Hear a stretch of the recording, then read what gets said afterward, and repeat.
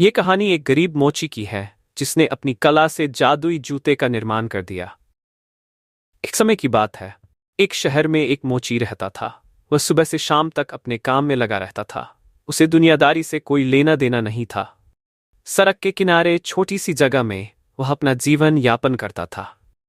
उसे अपने काम में महारत हासिल था। एक से एक जूते बनाने के लिए शहर के लोग उसी के पास आते थे। एक बार वह अपने काम में लगा हुआ था, तभी एक सन्यासी अपने लिए जूते बनवाने का विचार लेकर उसके पास आया। उसके कपड़े फटे हुए थे और उसकी हालत भी अच्छी नहीं दिख रही थी। मोची ने सन्यासी से कहा, बाबा, जूतों के लिए चमड़ा तो आपको ही देना पड़ेगा, मेरे पास नहीं है। आप चमड़ा लाए हैं? सन्यासी ने एक पेड़ की छाल मोची को दे दी और कहा, तुम इसके जूते बनाओ। मोची ने जैसे ही पेड़ की छाल को स्पर्श किया, वह सोचने लगा कि यह तो चमड़े से भी मजबूत है। वह सन्यासी से पूछ बैठा, किस पेड़ की छाल है ये? लेकिन सन्यासी ने उसकी बात का कोई जवाब नहीं दिया और मुस्कुराते हुए कहा, मुझे शीघ्र निकलना है, तुम अपना काम प्रारंभ करो। तभी मोची अपने कार्य में लग गया और कुछ घंटों की मेहनत के बाद मोची ने सन्यासी के लिए शानदार जूते बना देता है। मोची खुशी से सन्यासी को जूते पहनने के लिए बुलाता है। कई बार आवाज देने पर सन्यासी उसकी आवाज नहीं सुनते तो वह अपनी जगह से उठकर सड़क पर आकर यहाँ वहां देखने लगता है, लेकिन सन्यासी का कहीं कुछ पता नहीं चलता। मोची परेशान हो जाता है और सोचता है, भला वह इन जूतों का क्या करेगा।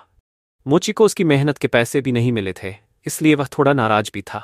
मोची ने सोचा, चलो शायद थोड़ी देर बाद सन्यासी बाबा आ ही जाएंगे।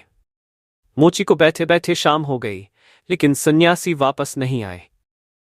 मोची के दुकान बंद करने का समय हो गया था। तभी वह सोचता है, थोड़ा सब्जी ले आऊं, और वह वहीं जूते पहन लेता है जो उसने सन्यासी के लिए बनाए थे। और जैसे ही वह जूता पहनता है, अगले ही पल वह सब्जी मंडी में आकर खड़ा हो जाता है, जहां आने की बात वह मन में सोच रहा था।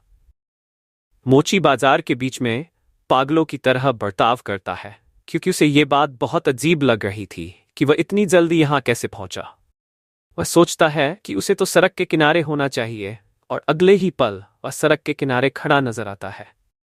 अब मोची का दिमाग चलना शुरू हो जाता है। उसे समझ में आना लगता है, हो न हो ये जूतों का ही कमाल है, जिसकी वजह से वह पलक झपकते ही कहीं भी पहुंच पा रहा था। इस बात को साफ करने के लिए वह कई जगह मन में सोचता है और एक एक करके हर जगह पल भर में ही पहुंच जाता है। उसकी खुशी का कोई ठिकाना नहीं था, मानो उसने जीवन में सब कुछ पा लिया था। तभी मोची इच्छा करता है कि वह खूबसूरत घर में पहुंच जाए, और वह जूतों के चमत्कार से पलक झपकते ही वहां पहुंच जाता है। घर की सुंदरता देखकर वह खुशी से झूमने लगता है। ऐसा लगता है मानो ये घर उसी के लिए बना हो। वह डाइनिंग टेबल में रखे अखबार को उठाकर पढ़ने लगता है।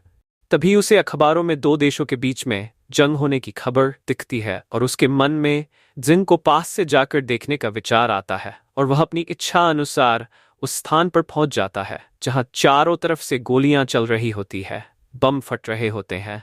और जैसा ही वह जंग के मैदान में आता है तो एक गोली उसके सीने में आकर घुस जाती है और मोची वहीं गिरकर अपना दम तोड़ देता है।